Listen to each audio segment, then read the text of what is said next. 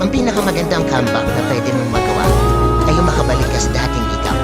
Yung version ng sarili mo na buo, yung ganado, yung masaya. Sa ngayon akala mo imposible, pero habang tumatagal yung panahon na nakabitaw ka na, malaya sa kanya, unti-unti mo nang napupulot yung piraso ng puso mo na binasag ng ibang tao. Slowly marirealize mo na gumagaling ka na pala sa lahat ng mga naranasan mo noon. Hindi ka man makabalik 100% sa dating ikaw.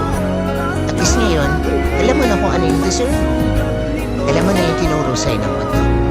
Tapos, sa dulo nito, masasabi mo na lang sa sarili mo na, pwede pala, buti na lang bumitaw ka.